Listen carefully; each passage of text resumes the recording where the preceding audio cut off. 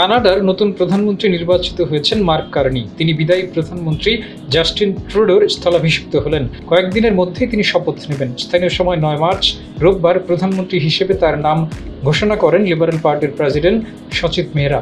Mark Carney bank of কানাডার governor ছিলেন। তিনি ব্যাংক অব ইংল্যান্ডেরও নেতৃত্ব দিয়েছিলেন।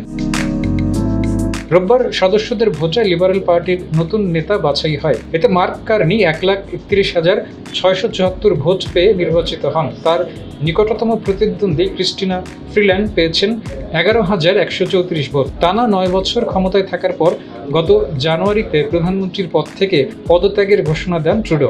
দ্রব্যমূল্যের ঊর্ধ্বগতি নিয়ন্ত্রণে ব্যর্থতা এবং বসবাসের খরচ বাড়তে থাকায় কানাডায় ট্রুডোর জনপ্রিয়তা কমতে থাকে। এরপর তার উত্তরসূরি বাছাইয়ের জন্য ৯ মার্চ দিন ধার্য করা হয়েছিল।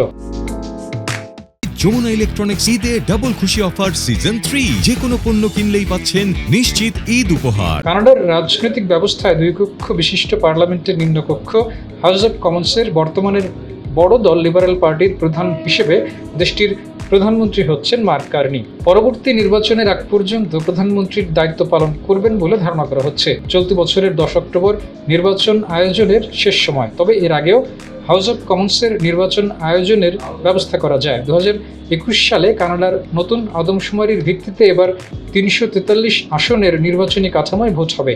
এর আগে ২০২১ সালের ২০ সেপ্টেম্বর কানাডার নির্বাচন হয়। ওই নির্বাচনে লিবারেল পার্টি ট্রুডোর নেতৃত্বে জনপ্রিয় ভোট পেতে ব্যর্থ হয় এবং সংখ্যাগরিষ্ঠ সরকার গঠনের জন্য প্রয়োজনীয় ভোটও পায়নি, যে কারণে দুর্বল সরকার গঠন করতে হয়েছিল ট্রুডোকে। কনজারভেটিভরা জনপ্রিয় ভোট পেয়ে বিরোধীদের ভূমিকায় ছিল।